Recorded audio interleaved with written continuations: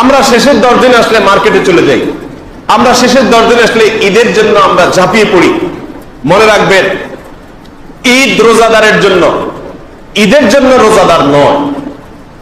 দুটি জিনিস এখানে, একটা হলো আমার জন্য ঈদ, আরেকটা হলো ঈদের জন্য আমি।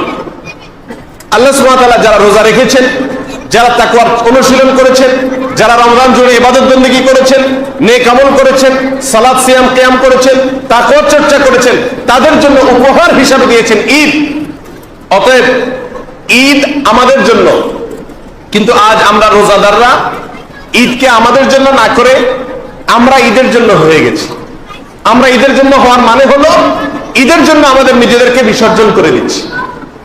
রমাদানের শেষ দশক আসলে মসজিদগুলো মুসল্লি শূন্য হয়ে যায়।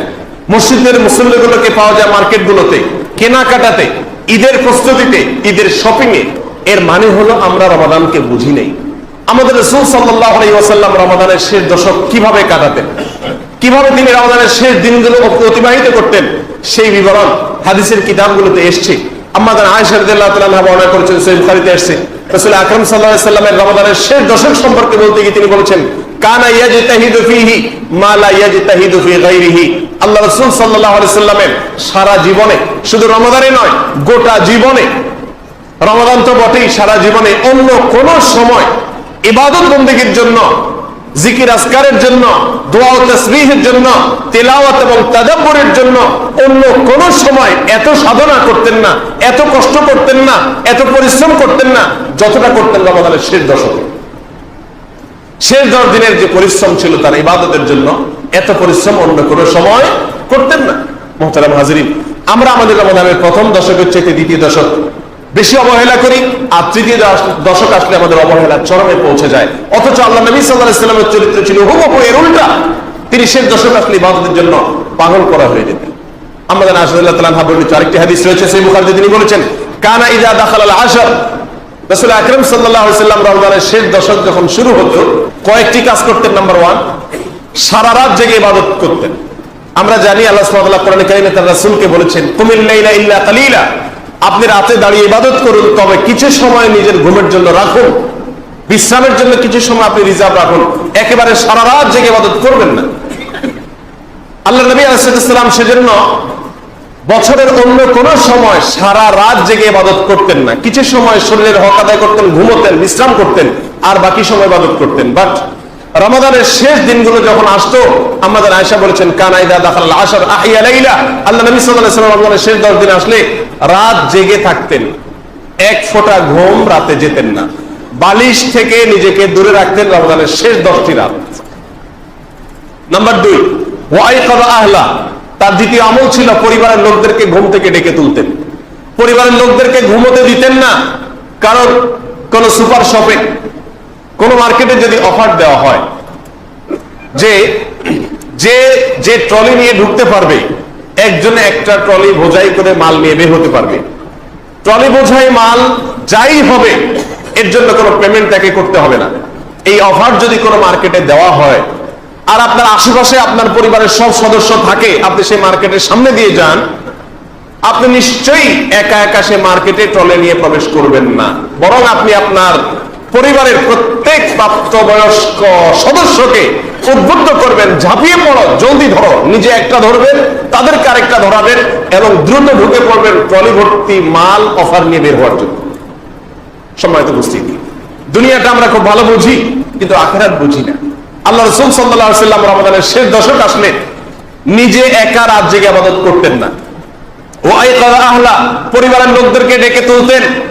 এত বিশাল অফার চলছে, এটা ঘুমের দশক না, ও কপাল পোড়া, সারা বছর ঘুমানোর সুযোগ আছে, অন্য রাত আর এ রাত সমান নয়। জান্নাতের মতো এত বিশাল সম্পদের মালিক হওয়ার যে সুযোগ, যে হাতছানি তোমাদেরকে ডাকছে, এই অবস্থায় ঘুমিয়ে থাকা, এটা কপাল পোড়া ছাড়া কোনো হতভাগা ছাড়ার কারোর কাজ হতে পারে না। এই জন্য পরিবারের লোকদেরকে ডেকে তুলতেন, কাউকে ঘুমোতে দিতেন না। আমরা জানি নফল ইবাদতের জন্য পরিবার বা অন্য কাউকে ডেকে তোলা ইসলামী শরীয়তে নির্দেশিত বিষয় নয়, বরং ফরজ ইবাদতের জন্য পরিবারকে ডেকে তুলতে হয়। নফল ইবাদত নিজেরটা নিজে করতে হয়। আল্লাহ নবী সাল্লাল্লাহু আলাইহি ওয়াসাল্লামের ব্যতিক্রম ছিলেন না, তিনিও নফল ইবাদত নিজেরটা নিজে করতেন, তার পরিবারকে কখনো ডাকতেন না।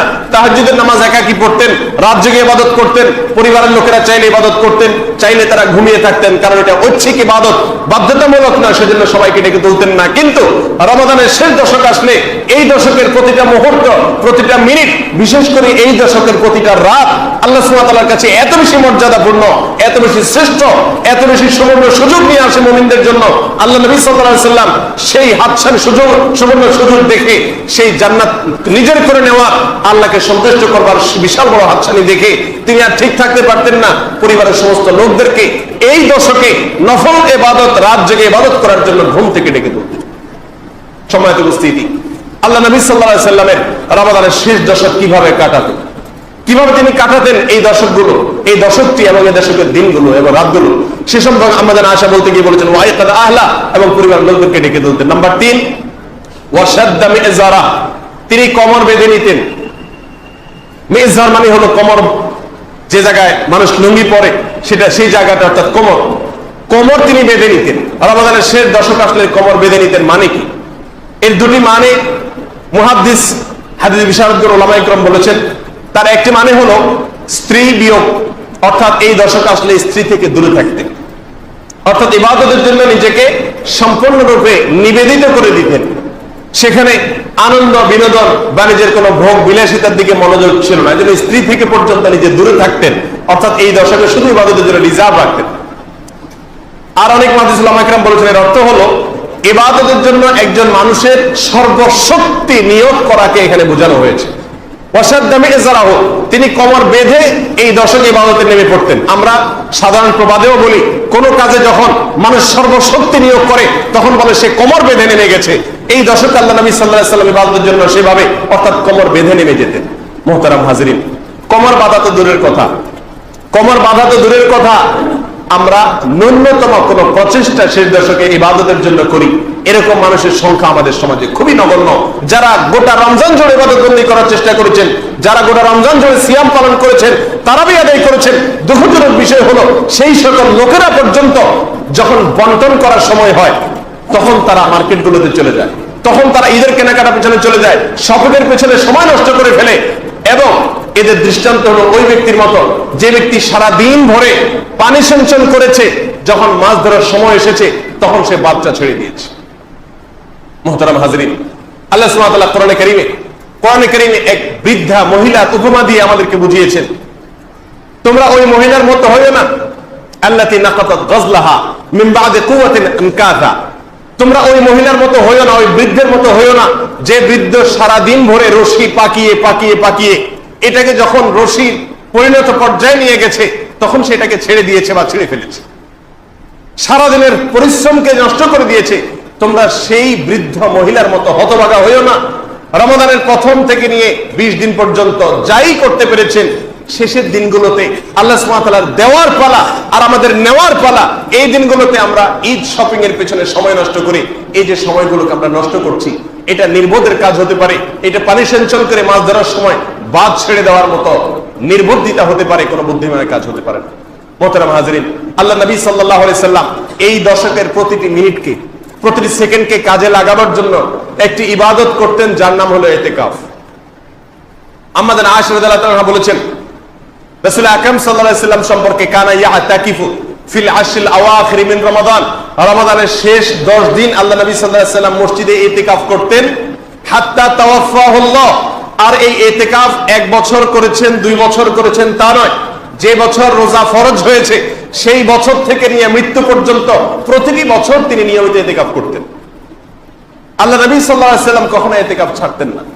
আবু হুরায়রা রাদিয়াল্লাহু তাআলা বর্ণিত আরেকটি হাদিস রয়েছে, সেই হাদিসে আসে নবী রাসূলুল্লাহ সাল্লাল্লাহু আলাইহি ওয়াসাল্লাম প্রতি বছর রমজানে 10 দিন, শেষ 10 দিন ইতিকাফ করতেন, আর তার জীবনের শেষ বছর এসে 20 দিন ইতিকাফ করেছিলেন।